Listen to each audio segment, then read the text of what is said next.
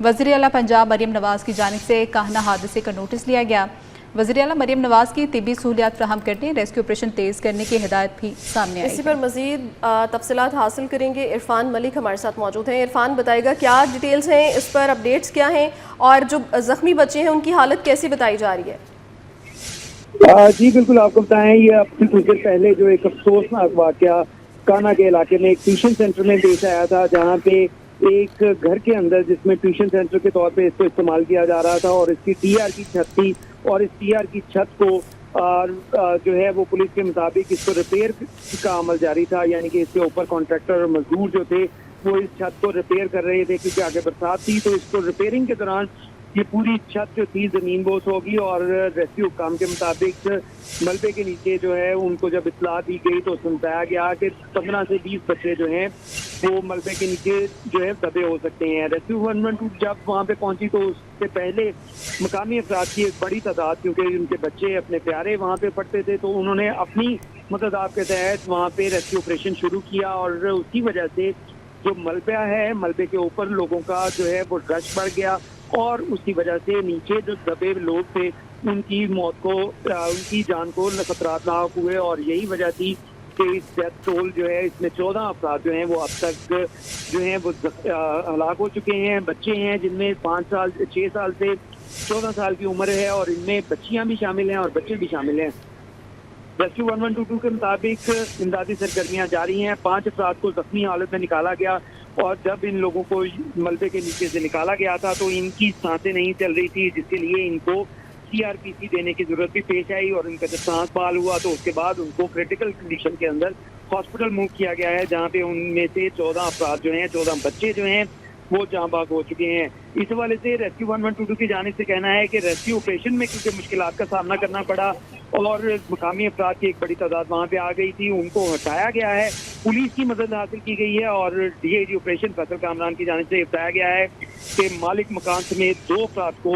حراست میں بھی لیا جا چکا ہے، اور ڈی آئی جی آپریشن فوری طور پہ جو جائے وقوع پہ پہنچ چکے ہیں، جو امدادی سرگرمیوں کا جائزہ لے رہے ہیں۔ ان کی جانب سے یہ بتایا گیا ہے کہ پولیس اور ریسکیو 1122 جو ہے مل کر اس وقت امدادی سرگرمیاں جاری ہیں۔ زخمی بچوں کو فوری طور پر تحصیل ہیڈ کوارٹر اسپتال کانا منتقل کیا گیا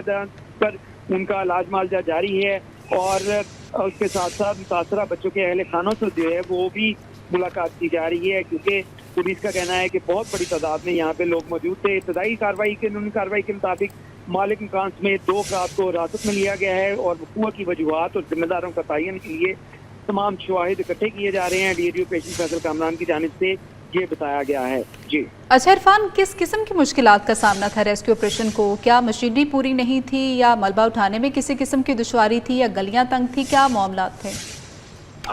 جی بالکل، یہ ایک گنجان آباد علاقہ ہے، اور اگر اس علاقے کے حدود اربے کی بات کی جائے تو اس سے مین جو شاہراہ ہے اس سے یہ کافی دور ہے، اور 13 سے 14-15 منٹ کی جو ہے وہ جو پیدل واک ہے اس کے بعد اس علاقے میں پہنچا جا سکتا ہے۔ تو اس وجہ سے ریسکیو 1122 کو بھی وہاں پہ پہنچنے میں مشکلات کا سامنا کرنا پڑا، اور جب وہاں پہ ریسکیو 1122 پہنچی تو کیونکہ یہ ایک مقامی آبادی کے جو ٹیوشن سینٹر تھا، مقامی لوگ جو آس پاس کے رہائشی تھے ان کے بچے یہاں پہ پڑھنے آتے تھے، اور اسی وجہ سے پورا علاقہ جو تھا وہ اپنی مدد آپ کے تحت وہ اس ڈیبریز کے اوپر پہنچ چکا تھا، اس جائے وقوع پہ پہنچ چکا تھا، اور ان کی وجہ سے جو ملبہ تھا اس کے اوپر مزید وزن بڑھا، اور لوگوں کی جو ہلاکت جو ہے اس میں رپورٹ ہوئی ہے۔ ریسکیو کام کے مطابق جب وہ یہاں پہ پہنچے تو مقامی افراد جو وہ خود بھی یہاں پہ سرچ آپریشن کر رہے تھے، لیکن ریسکیو نے وہاں پر پہنچ کر ان کی اور پولیس کی مدد سے اب جو ہے مقامی افراد ہیں ان کو ڈیبریز سے ہٹا دیا گیا ہے۔ لیکن ابھی بھی اگر اس علاقے کی اگر بات کی جائے تو یہاں پہ جو لوگوں کی ایک بڑی تعداد جو ہے وہ یہاں پہ ابھی بھی اس